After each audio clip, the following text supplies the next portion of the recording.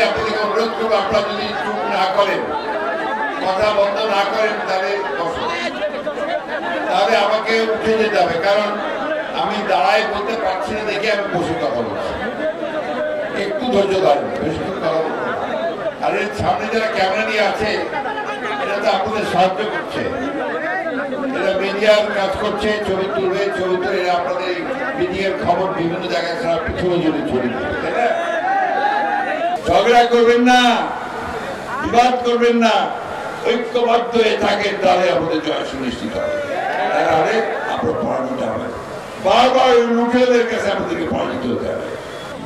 সেই জেলে কিন্তু আপনার কোন দুর্নীতির দায় যায়নি, জমি দখল করার দায়ও যায়নি, আমি গেছি রাজনৈতিক কারণে, রাজনৈতিক পরীক্ষা হওয়ার কারণে। আমাকে মাসের পর মাস কারাগারে আটক রাখা হয়েছে। আমাকে একা নয়, আমার ঠাকুরগাঁয়ের নেতাদের চৌধুরী আটক রাখা হয়েছে। আমার ঠাকুরগাঁতে কমপক্ষে 60,000 মানুষের বিরুদ্ধে মিথ্যা মামলা দেওয়া হয়েছে, আপনাদের এখানে দেওয়া হয়েছে। আমার এখন একটা আপনার তালিকা পেলাম, এই তালিকাতে দেখালো আমাকে প্রায় 15 জন 4 মাস জেলে ছিল।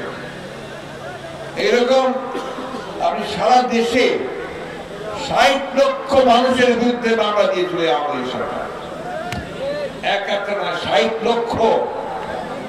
এই 60 লক্ষ মানুষের বিরুদ্ধে মামলা দিয়ে তাদেরকে জেলে পাঠিয়ে, তাদের কাউকে গুম করে দিয়ে, গুম মানে একেবারে নিখোঁজ, 12 বছর 13 বছর 14 বছর ধরে তাদের দেখা নাই। আপনারা আমাকে নাম শুনে থাকতে পারেন, বাবা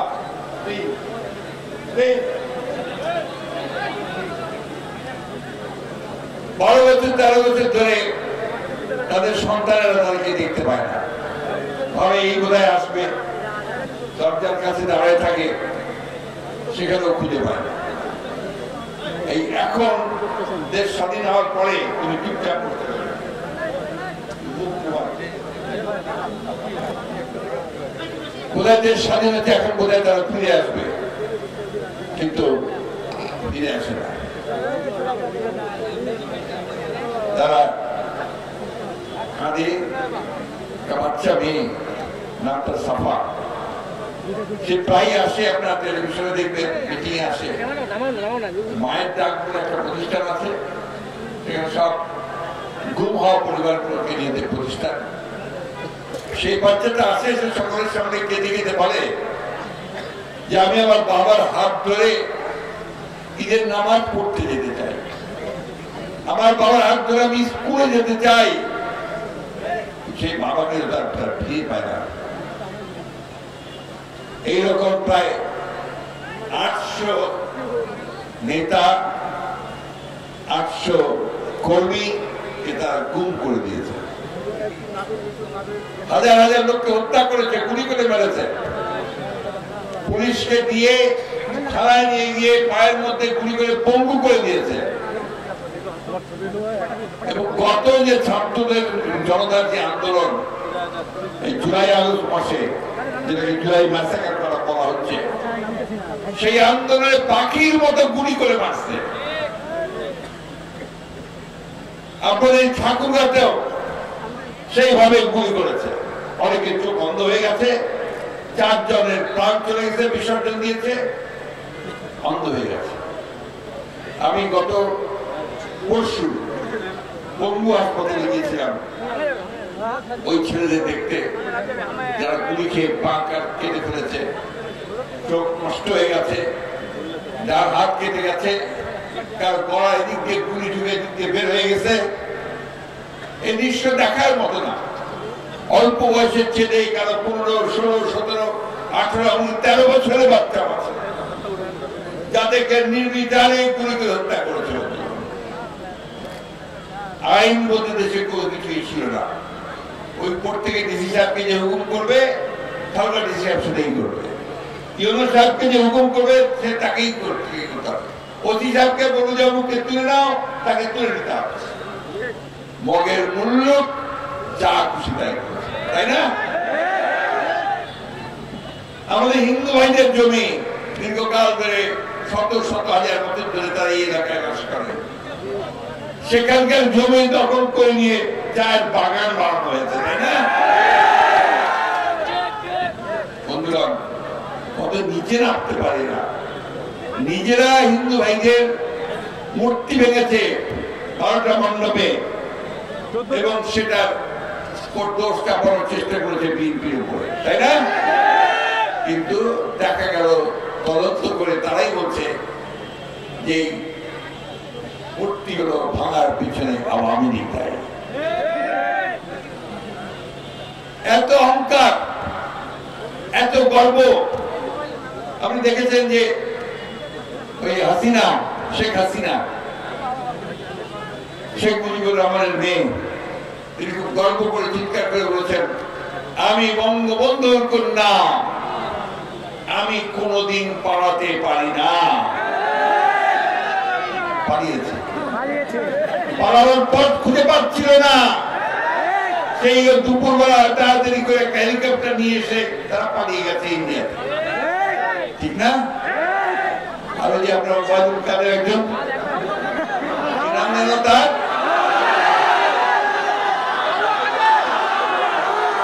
আমি ওই নামে ডাকতে চাই না, সে বললো, এখন শুনি মাঝে মাঝে বললো যে আমরা পাড়াতে জানি না, আর কোথায় পড়াবো, পড়াবো না কোথাও, আর যদি পড়াতেই হয় ফখরুলের বাসায় আমাকে জায়গা দিবে না, বলছিল না ভাই? আমার বাড়ি তো খালি পড়ে আছে, আমার ছোট ভাই ছাড়া ওখানে তার কেউ থাকে না, আমি তাকে এখন দাওয়াত করে আসেন আমার বাসায়, আসেন, সেটা কোনো দেশেই নাই, পাড়ায় ভারতে চলে গেছে। বন্ধুগণ, এমন খারাপ কাজ করেছে এরা, মানুষের চোখে এত ঘৃণিত যে এখন দেশে থাকার মতো অবস্থা তাদের না। ওইখান থেকে শেখ হাসিনা ভারত থেকে মাঝে মাঝে বলে যে আমি আসতেছি, চট জলদি আসেন না ভাই, আমরা দাওয়াত করি আসেন দেশে।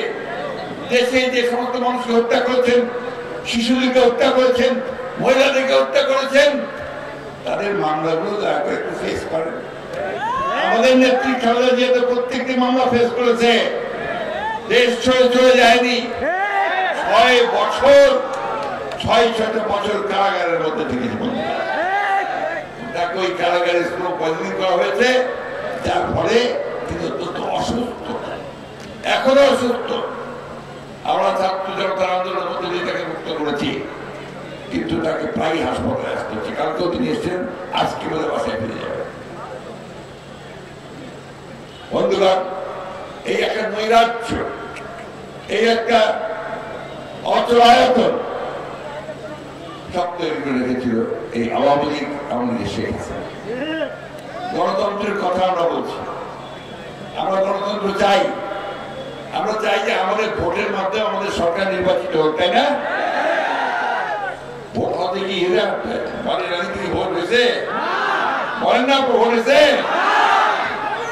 ভোট নিয়ে চলে যায়, ঠিক না? একটি পরিবারের লোকেরা তারা সব একসাথে হয় করে না, ভাই করে, তাই না? মানুষ নির্বাচন করে না, ভোট কেন্দ্রে কেউ যায় না, ঠিক না? এই অবস্থা তারা তৈরি করেছিল, সেটা খারাপ। তারা নির্বাচন ব্যবস্থাকে ধ্বংস করেছে, তারা প্রশাসনকে ধ্বংস করেছে, তারা বিচার ব্যবস্থাকে ধ্বংস করেছে, তারা বাংলাদেশের অস্তিত্বটাকে ধ্বংস করে দিয়েছে। এই জন্যই এই 17 বছরের যে পুঞ্জীভূত ক্ষোভ, মানুষের বুকের মধ্যে যে যন্ত্রণা, বেদনা, হতাশা, সবকিছুই যে বহিঃপ্রকাশ হলো এই জুলাই আগস্টে, তাই না? ছাত্র যত রাস্তায় নেমে পড়ল, রাস্তায় নেমে তারা এই হাসিনাকে বিতরণ করে তাড়িয়ে দিয়ে তারা এখন একটা অন্তর্বর্তীকালীন মাঝখানের একটা সরকার গঠন করেছে। এই সরকারের কাজ কি? এই সরকারের কাজ হচ্ছে অতি অল্প সময়ের মধ্যে বাংলাদেশে একটা নির্বাচনের ব্যবস্থা করা, এবং যে ব্যবস্থাগুলোকে তারা ধ্বংস করে দিয়েছে, নির্বাচন ব্যবস্থা, বিচার ব্যবস্থা, প্রশাসন ব্যবস্থা, সেগুলোকে একটা জায়গায় নিয়ে আসার চেষ্টা করা, তাই না? এখানে দেখেন এই সরকার খুব দাবি করে যে আমরা এত কাজ করছি, এত কাজ করছি, এত কাজ করছি, কিন্তু সাধারণ মানুষের কোনো কাজ হয় না, তাদের জীবনযাত্রার মান বৃদ্ধি পায় নাই। আমাদের কৃষক ভাই কিন্তু তার ফসলের ন্যায্য মূল্যটা পায় না, জিনিসপত্রের দাম এমন বাড়তেছে ওগুলো হাত দেওয়া যায় না, তাই না? আর আমার শ্রমিক ভাইয়েরা যারা শ্রম করে খেতে খায় তারাও তাদের সেই ন্যায্য মজুরি পায় না। এই অবস্থা তৈরি করেছিল আওয়ামী লীগ। আজকে সেই জায়গা থেকে এটাকে ফিরিয়ে আনার চেষ্টা করা হচ্ছে।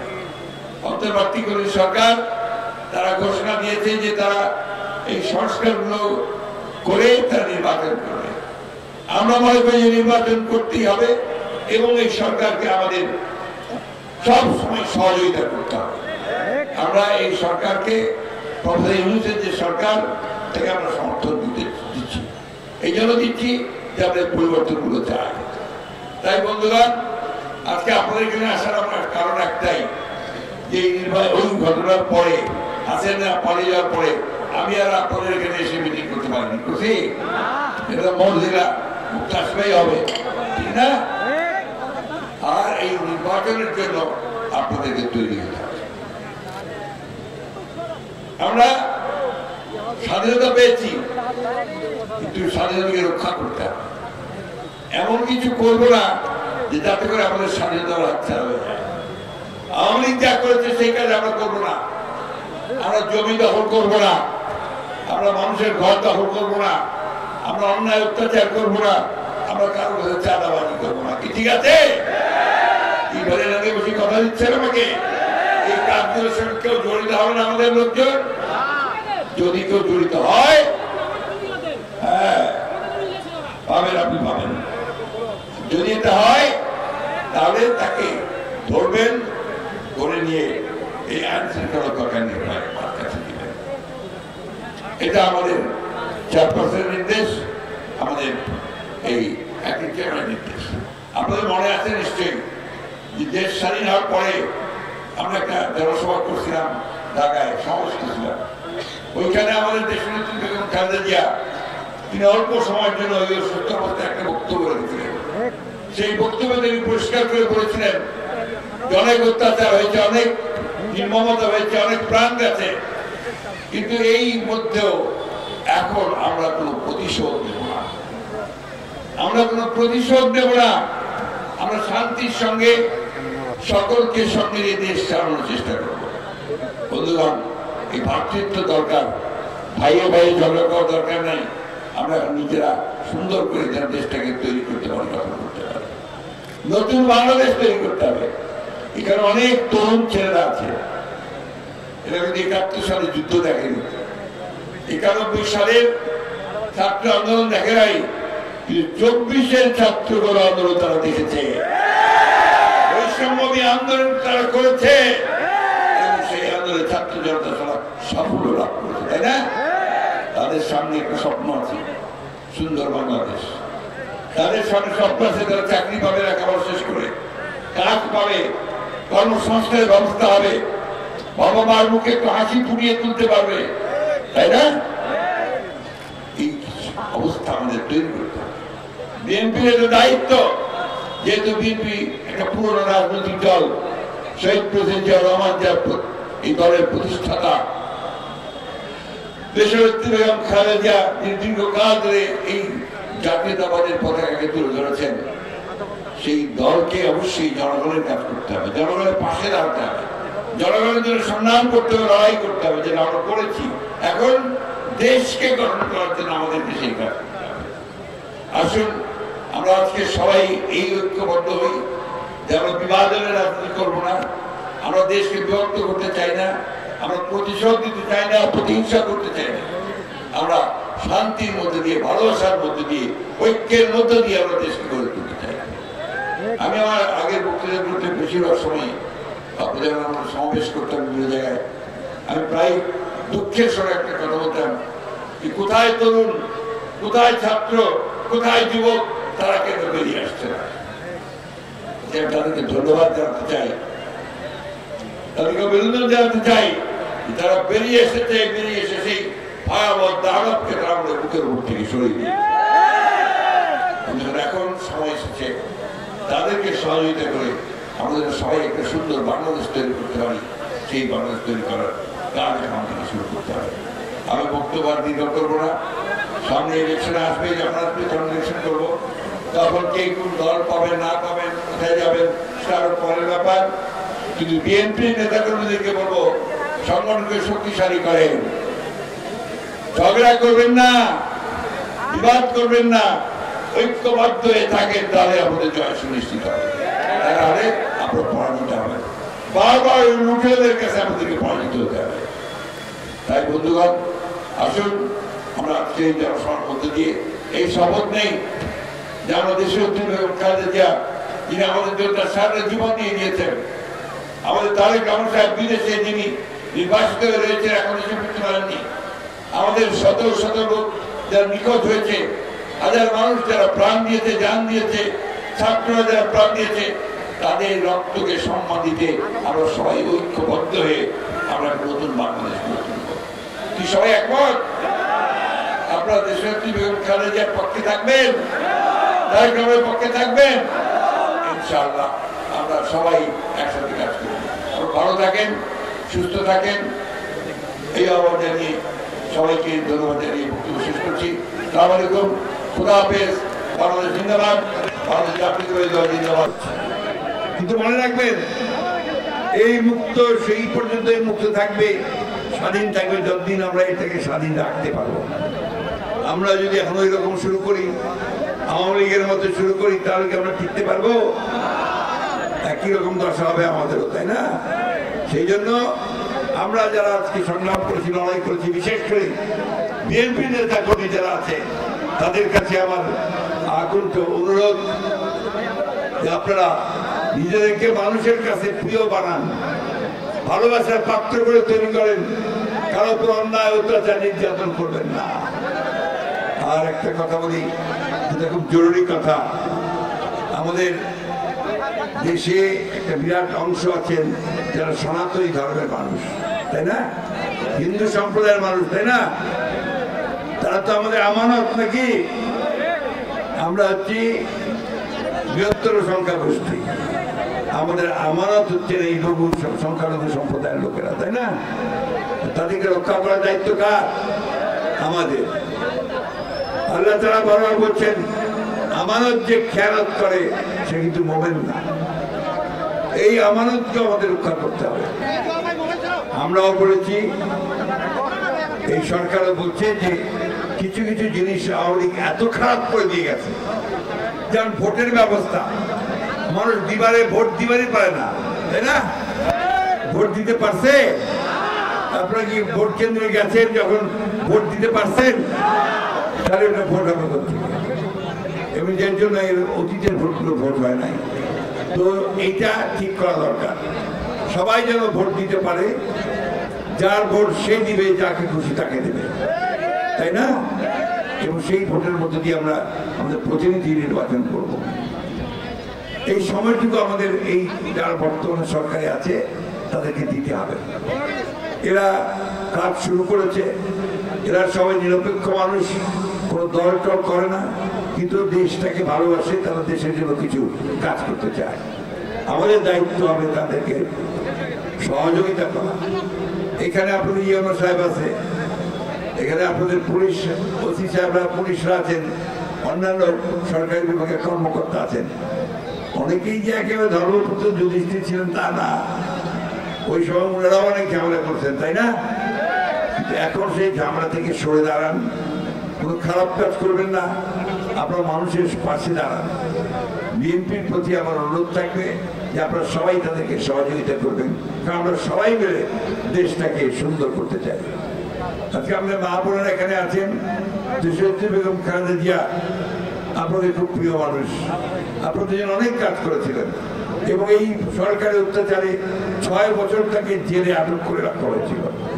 তিনি অনেক অসুস্থ, তার জন্য আপনারা দয়া করে দোয়া করবেন, আল্লাহ তাআলা তাকে যেন সুস্থ করে আমাদের মাঝে ফিরিয়ে নিয়ে আসতে পারেন। তারেক রহমান সাহেব আমাদের ভারপ্রাপ্ত চেয়ারম্যান, আমাদের দলের প্রতিষ্ঠাতা শহীদ প্রেসিডেন্ট জিয়াউর রহমানের ছেলে, তার প্রতি আমাদের সব দেশের মানুষের একটা গভীর আস্থা আছে, ভালোবাসা আছে এবং এই মুভমেন্টে এই আন্দোলনে তিনি সবচেয়ে বেশি বড় ভূমিকা পালন করেছেন, আমাদের ঐক্যবদ্ধ করেছেন, নেতৃত্ব দিয়েছেন। তিনি যেন দেশে ফিরে আসতে পারেন সেই কাজগুলো আমরা করতে চাই, সেইভাবেই করতে চাই। বন্ধুগণ, সব শেষ কথা যেটা আপনাদের বলতে চাই, আপনারা অনেক কষ্ট করেছেন, বসে আছেন রোদ্রের মধ্যে, সেই জন্য আপনাদেরকে আন্তরিক ধন্যবাদ এবং কৃতজ্ঞতা জানাতে চাই। সেই সঙ্গে আহ্বান করতে চাই আবারও যে বিজয় অর্জন হয়েছে সেই বিজয়কে কিন্তু নষ্ট হতে দেবেন না।